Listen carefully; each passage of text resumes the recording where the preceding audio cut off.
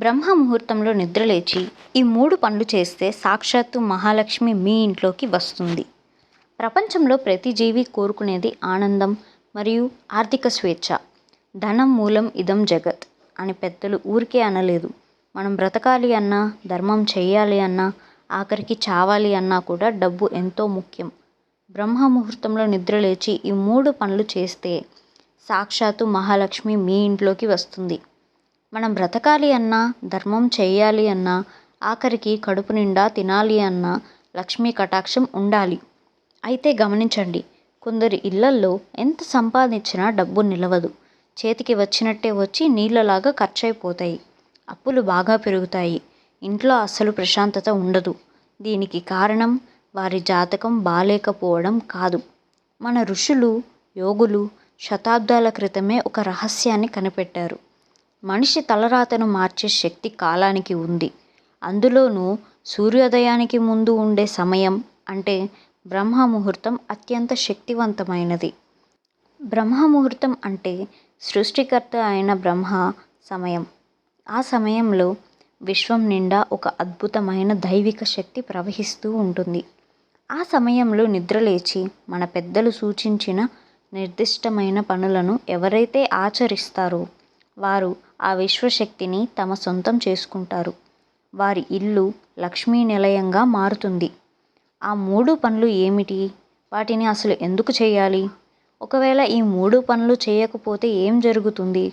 ఈ విషయాలన్నీ కళ్ళకు కట్టినట్టు ఉండే ఉదాహరణతో సహా వివరంగా ఇప్పుడు మనం ఈ వీడియోలో తెలుసుకుందాం. ఈ వీడియోకి ఒక లైక్ చేసి మన ఛానల్ని సబ్స్క్రైబ్ చేయండి. ఇటువంటి ఆధ్యాత్మిక ధర్మ సందేహాల విషయాలన్నీ మన ఛానల్లో తెలుసుకుందాం. ఓం నమో నారాయణాయ. బ్రహ్మ ముహూర్తంలో నిద్రలేచి చేయవలసిన మొట్టమొదటి పని కరదర్శనం మరియు భూమాత ప్రార్థన. నిద్రలేచిన వెంటనే మనిషి చేసే మొదటి ఆలోచన, చూసే మొదటి దృశ్యం ఆ రోజంతా అతని మెదడుపై ప్రభావం చూపుతుంది.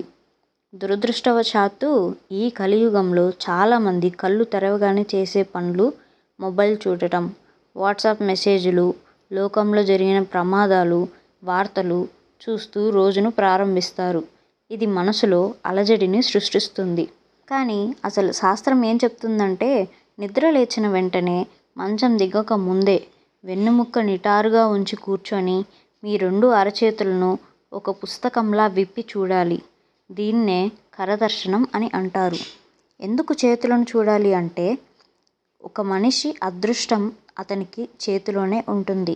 కాబట్టి మన అరచేతి అగ్రభాగంలో సంపదను ఇచ్చే లక్ష్మీదేవి, అలాగే మధ్యలో జ్ఞానాన్ని ఇచ్చే సరస్వతీదేవి, మూలంలో శక్తిని ఇచ్చే గౌరీదేవి ఉంటారు. కరాగ్రే వసతే లక్ష్మి, కర మధ్యే సరస్వతి, కరమూలే స్థిత గౌరీ అనే శ్లోకం చదువుతూ చేతులు చూసుకోవడం అంటే ఈరోజు నా కష్టార్జితం వృధా పోకూడదు, నేను చేసే పనిలో లక్ష్మి సిద్ధించాలి అని మనకు మనమే ఒక సంకల్పం చెప్పుకోవడం. ఆ తర్వాత మంచం దిగే ముందు భూమాతను స్మరించుకోవాలి. మనం తల్లి గర్భం నుండి బయటకు వచ్చిన దగ్గర నుండి మళ్ళీ మట్టిలో కలిసే వరకు మనల్ని భరించేది ఈ భూదేవి మాత్రమే. ఆమెపై కాలు మోపుతున్నందుకు క్షమాపణ చెబుతూ కుడి చేతితో భూమిని తాకి కళ్ళకు అద్దుకోవాలి. ఈ చిన్న చర్య చేయడం వల్ల మనిషిలో అహంకారాన్ని చంపి వినయాన్ని పెంచుతుంది. లక్ష్మీదేవికి అహంకారం అంటే అసహ్యం, వినయం అంటే ఇష్టం. అందుకే వినయం ఉన్న చోటే ఐశ్వర్యం ఉంటుంది. ఇక రెండవది మరియు అత్యంత కీలకమైన పని సింహద్వార శుద్ధి. ఇంటి ముఖద్వారం అనేది కేవలం మనుషులు రావడానికి మాత్రమే కాదు, సానుకూల శక్తి మరియు దేవతలు రావడానికి కూడా ఒక మార్గం. వాస్తుశాస్త్రం ప్రకారం సింహద్వారాన్ని ఇంటికి ముఖంగా పరిగణిస్తారు. మనం ఉదయాన్నే ముఖం కడుక్కోకుండా ఎలా ఉండలేమో ఇంటి ముఖద్వారం కూడా అలాగే. శుభ్రంగా ఉండాలి అంటే చీకటి విడిపోకముందే ఇంటి ఇల్లాలు నిద్రలేచి ఇంటి ముందు భాగంలో నీళ్లు చల్లి శుభ్రం చేయాలి. పూర్వం ఆవు పేడతో కల్లాపి చల్లేవారు. ఆవు పేడలో లక్ష్మీదేవి నివాసం ఉంటుంది మరియు అది గొప్ప క్రిమి సంహారిణి. ఇప్పుడు సిమెంటు లేదా టైల్స్ ఉన్నా సరే పసుపు కలిపిన నీటిలో చిలకరించడం చాలా శ్రేయస్కరం. ఆ తర్వాత తడి ఆరిపోయాక ముందే బియ్యం పిండితో చక్కని ముగ్గు వేయాలి. ముగ్గు అనేది లక్ష్మీదేవికి స్వాగత తోరణం లాంటిది. బియ్యం పిండితో ముగ్గు వేయడం వల్ల చిన్న చిన్న చీమలకు, పక్షులకు ఆహారం పెట్టిన పుణ్యం కూడా లభిస్తుంది. దీనినే భూతదయ అంటారు. ఈ పనిని సూర్యోదయం అయిన తర్వాత అస్సలు చేయకూడదు. సూర్యుడు వచ్చే సమయానికి ఇంటి ముందు చెత్తా చెదారం ఉంటే సూర్య భగవానుడు ఆ ఇంటిని శపించి వెళ్తాడని, అక్కడ లక్ష్మీదేవి బదులు అలక్ష్మి ప్రవేశిస్తుందని శాస్త్రాలు సూచిస్తున్నాయి. ఇంతకీ అసలు ఈ అలక్ష్మి ఎవరు? ఆమె ఎందుకు వస్తుంది? ఈ విషయాల వెనక మన పద్మపురాణంలో ఒక ఆసక్తికరమైన కథ ఉంది. అది ఇప్పుడు తెలుసుకుందాం. మనలో ప్రతి ఒక్కరికి క్షీరసాగర మథనం గురించి తెలిసే ఉంటుంది. క్షీరసాగర మథనం జరుగుతున్నప్పుడు అమృతం కంటే ముందు, లక్ష్మీదేవి కంటే ముందు సముద్రం నుండి ఆమె అక్క అలక్ష్మి పుట్టింది. త్రిమూర్తులు చూసి, స్వామి, ఈ ముల్లోకాలలో నేను ఎక్కడ నివసించాలి? నా నివాస స్థానం చూపించండి అని అడుగుతుంది. అప్పుడు ఆ త్రిమూర్తులు దుస్సహుడు అనే మునితో ఆమెకు వివాహం జరిపించారు. పెళ్ళి అయిన తర్వాత ఆ ముని ఆమెను తన ఆశ్రమానికి తీసుకెళ్ళాడు. కానీ ఆమె ఆశ్రమంలో అడుగు పెట్టగానే అక్కడ హోమాలు ఆగిపోయాయి. వేద మంత్రాలు వినటం మానేశాయి. ఆమె పవిత్రమైన వాతావరణాన్ని తట్టుకోలేకపోయింది. అప్పుడు ఆ ముని ఆమెతో, దేవి, నీకు ఎలాంటి ప్రదేశం ఇష్టమో చెప్పు, అక్కడికి నేను నిన్ను తీసుకెళ్తాను అని అడిగారు. అప్పుడు అలక్ష్మీదేవి తనకు నచ్చిన ప్రదేశాల గురించి ఇలా చెప్పింది. నాదా, ఎవరి ఇంటి ముందు అయితే సూర్యోదయ సమయానికి చెత్తా చెదారం ఉంటుందో, ఎవరైతే సూర్యుడు వచ్చిన తర్వాత కూడా నిద్రపోతూ ఉంటారో, ఎక్కడైతే దీపారాధన ఉండదో, ఎక్కడైతే పెద్దలను దూషిస్తారో, అవే నాకు అత్యంత ఇష్టమైన ప్రదేశాలు. అక్కడే నేను శాశ్వతంగా ఉంటాను అని చెప్పిందట. చూసారా, లక్ష్మీదేవి మాటలను బట్టి మనకు అర్థమైంది ఏంటంటే, మనం ఇంటిని ఎంత శుభ్రంగా, ఎంత పవిత్రంగా ఉంచుకుంటే ఆమె మన ఇంటి ఛాయలకు కూడా రాదు. సూర్యుడు ఉదయించే సమయానికి మనకు ఇంటి వాకిలి శుభ్రంగా లేకపోతే మనం అలక్ష్మికి ఆహ్వానం పలికినట్లే. అందుకే మన పెద్దలు కోడి కూత కూయగానే లేచి వాకిలి కడిగి ముగ్గులు వేయమని చెప్పేవారు. ఇది కేవలం ఆచారం మాత్రమే కాదు, దరిద్రాన్ని తరిమి కొట్టే ఆయుధం. అలాగే గడపకు పసుపు కుంకుమ పెట్టడం మర్చిపోకూడదు. పసుపుతో అలంకరించిన గడపను దుష్టశక్తులు ఇంట్లోకి రాకుండా అడ్డుకుంటుంది. చూశారు కదా.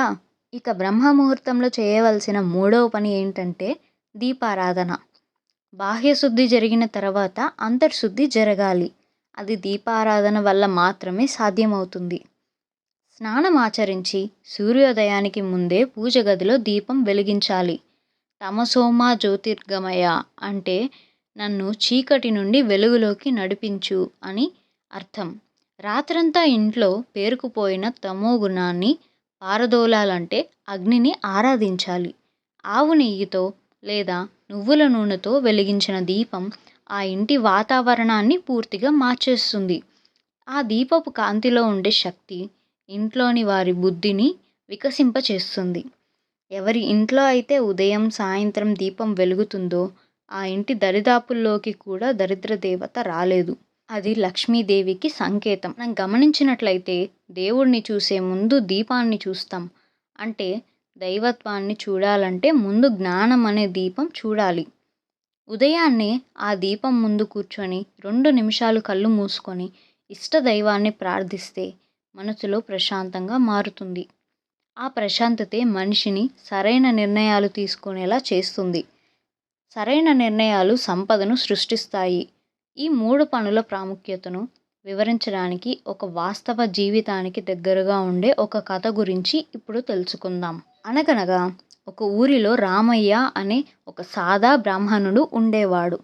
ఒకప్పుడు సిరి సంపదలతో, పాడి పంటలతో తల తూగేది. ఆయన కొడుకు రవి పెళ్ళికి జరిగింది. కోడల పేరు సుమతి. సుమతి చాలా మంచి అమ్మాయి, ఆధునిక భావాలు ఉన్న అమ్మాయి. కానీ ఆమెకు చిన్నప్పటి నుండి ఒక అలవాటు ఉండేది. రాత్రుల సమయంలో టీవీ చూస్తూనో లేదా ఫోన్ మాట్లాడుతూనో ఆలస్యంగా నిద్రపోయేది. దానివల్ల ఉదయం 8 గంటల వరకు నిద్ర లేచేది కాదు. కోడలు వచ్చాక ఆ ఇంటి ముఖ చిత్రం నల్లగా మారిపోయింది. తమ అత్తగారు చాలా వృద్ధురాలు కావడంతో ఆమె పనులన్నీ చేయలేకపోయేది. దాంతో సూర్యుడు నడినెత్తికి వచ్చినా ఆ ఇంటి తలుపులు తెరుచుకునేవి కాదు. వాకిలి ఊడ్చేవారు కాదు. ముగ్గులు లేవు. సాయంత్రం దీపం పెట్టడం కూడా మర్చిపోయారు. కొన్ని నెలలు గడిచాయి. అప్పటి వరకు లాభాలలో ఉన్న రవి వ్యాపారం హఠాత్తుగా దెబ్బతినడం మొదలైంది. చేతిలో అసలు చిల్లర కూడా మిగిలేది కాదు. అనవసరమైన ఖర్చులు, హాస్పిటల్ ఖర్చులు పెరిగిపోయాయి. ఇంట్లో ఎప్పుడూ ఏదో ఒక గొడవ.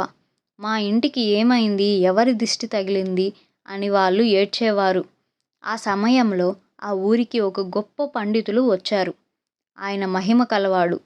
రామయ్య గారు ఆయనను తమ ఇంటికి ఒకసారి భోజనానికి ఆహ్వానించారు. ఇక ఆ రోజు ఉదయం సమయం 7:30 అయింది. పండితుడు రామయ్య గారి ఇంటికి వచ్చాడు. కానీ ఇంటి గుమ్మం దగ్గరే ఆగిపోయాడు. అప్పటికి ఇంకా ఇంటి తలుపులు మూసే ఉన్నాయి. వాకిలి నిండా చెత్త, ఎండిపోయిన ఆకులు పేరుకుపోయి ఉన్నాయి. రామయ్య గారు లోపల నుండి వచ్చి, స్వామి, లోపలికి రండి, మా ఆతిథ్యాన్ని స్వీకరించండి అని బ్రతిమలాడారు. ఇక అప్పుడు ఆ పండితుడు గడప బయట నిల్చొని ఒక మాట అన్నారు. ఆ మాట ఆ ఇంటి కోడల కళ్ళు తెరిపించింది. ఇంతకీ ఆయన ఏమన్నారు అంటే, రామయ్య, నేను ఈ గడప దాటి లోపలికి రాలేను. ఏ ఇంటి ముందైతే సూర్యుడు వచ్చిన తర్వాత కూడా చెత్తా చెదారం ఉంటుందో, ఏ ఇంట్లో అయితే గృహస్థులు ఇంకా నిద్రపోతూ ఉంటారో అక్కడ సాక్షాత్తు అలక్ష్మీదేవి కాపలా కాస్తుంది. అంటే ఆ ఇంటి మొత్తం దరిద్రంతో నిండిపోయింది. ఆమె ఉన్న చోటు నేను కూడా అడుగు పెట్టలేను. దేవతలే అసహ్యించుకునే ఇల్లు అది. మీ ఇంట్లో అలక్ష్మి ఉంది కాబట్టి నేను మీ ఇంటికి రాలేను. ముందు మీ అలవాట్లను మార్చుకోండి. అప్పుడు లక్ష్మీదేవి తనే వస్తుంది అని చెప్పి వెనుతిరిగాడు. ఆ మాటలు విన్న సుమతికి తన తప్పు ఏంటో తెలిసింది. తన బద్ధకమే తన ఇంటి పాలిట శాపంగా మారిందని గ్రహించింది. కన్నీళ్లు పెట్టుకొని ఆ రోజు నుండే మారుతానని అత్తామామలకు మాట ఇచ్చింది. ఇక మరుసటి రోజు నుంచి ఆ ఇంట్లో కొత్త వెలుగు మొదలైంది. సుమతి బ్రహ్మముహూర్తంలో 5 గంటలకే నిద్రలేవడం అలవాటు చేసుకుంది.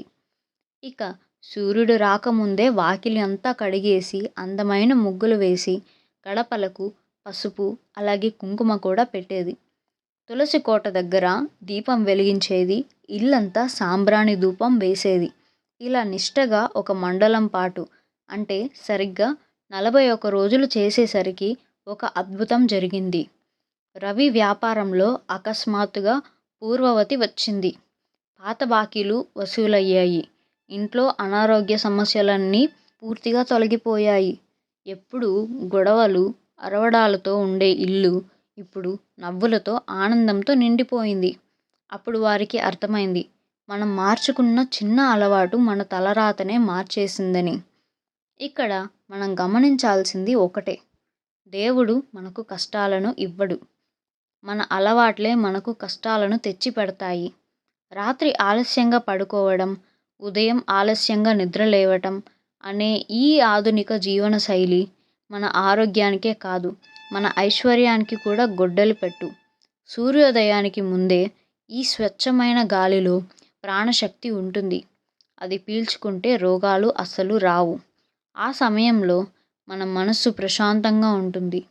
ఆ సమయంలో మనం చేసే పనులకు దైవానుగ్రహం తోడవుతుంది. మీరు కూడా రేపటి నుండి ఈ చిన్న ప్రయత్నాన్ని చేయండి. పూజలు, హోమాలు అస్సలు చేయనక్కర్లేదు. కేవలం సూర్యోదయానికి ముందే లేచి ఇంటిని శుభ్రం చేసి దీపాన్ని పెట్టి చూడండి. సాక్షాత్తు ఆ శ్రీ మహాలక్ష్మి మీ ఇంట్లో నడిచి వస్తుంది. మీ ఇల్లు సిరి సంపదలతో తలతూగుతుంది. ఇది శాస్త్రవాక్కు, అనుభవపూర్వక సత్యం. ఎప్పుడైతే సుమతి తన అలవాట్లను మార్చుకుందో అప్పటి నుంచే వారి జాతకం మారడం కూడా మొదలైంది. ఈ అద్భుతమైన విషయాన్ని, ఈ రహస్యాన్ని మీ ఒక్కరి దగ్గరే ఉంచుకోకండి. ఈ విషయాన్ని అందరికీ పంచడం కూడా ఒక దానమే. ఈ వీడియో కనుక మీకు నచ్చినట్లు అయితే, ఈ సమాచారం మీకు ఉపయోగకరంగా అనిపిస్తే తప్పకుండా లైక్ చేసి మీ ఫ్రెండ్స్కి, మీ బంధువులకు కూడా షేర్ చేయండి. బహుశా మీ వల్ల ఒక్కరు మారినా వారి జీవితం బాగుపడితే ఆ పుణ్యం మీకు దక్కుతుంది. మీరు కూడా రేపటి నుండి ఈ 3 పనులను పాటించబోతున్నారా? లేదా ఇప్పటికే పాటిస్తూ ఉన్నారా? మీ అనుభవాన్ని కింద కామెంట్ చేయండి. మీ అనుభవాన్ని అలాగే మీకు తోచిన ఒక సందేశాన్ని కూడా కామెంట్స్‌లో చెప్పండి. అది ఎంతోమందికి ఉపయోగపడొచ్చు. ఇక ఇలాంటి మరిన్ని ఆసక్తికరమైన ఆధ్యాత్మిక విషయాల కోసం మన సనాతన ధర్మం గొప్పతనాన్ని తెలుసుకోవడం కోసం మా ఛానల్‌ని సబ్స్క్రైబ్ చేసుకోండి. పక్కనే ఉన్నటువంటి గంట సింబల్‌ని నొక్కటం మర్చిపోకండి. ధన్యవాదాలు.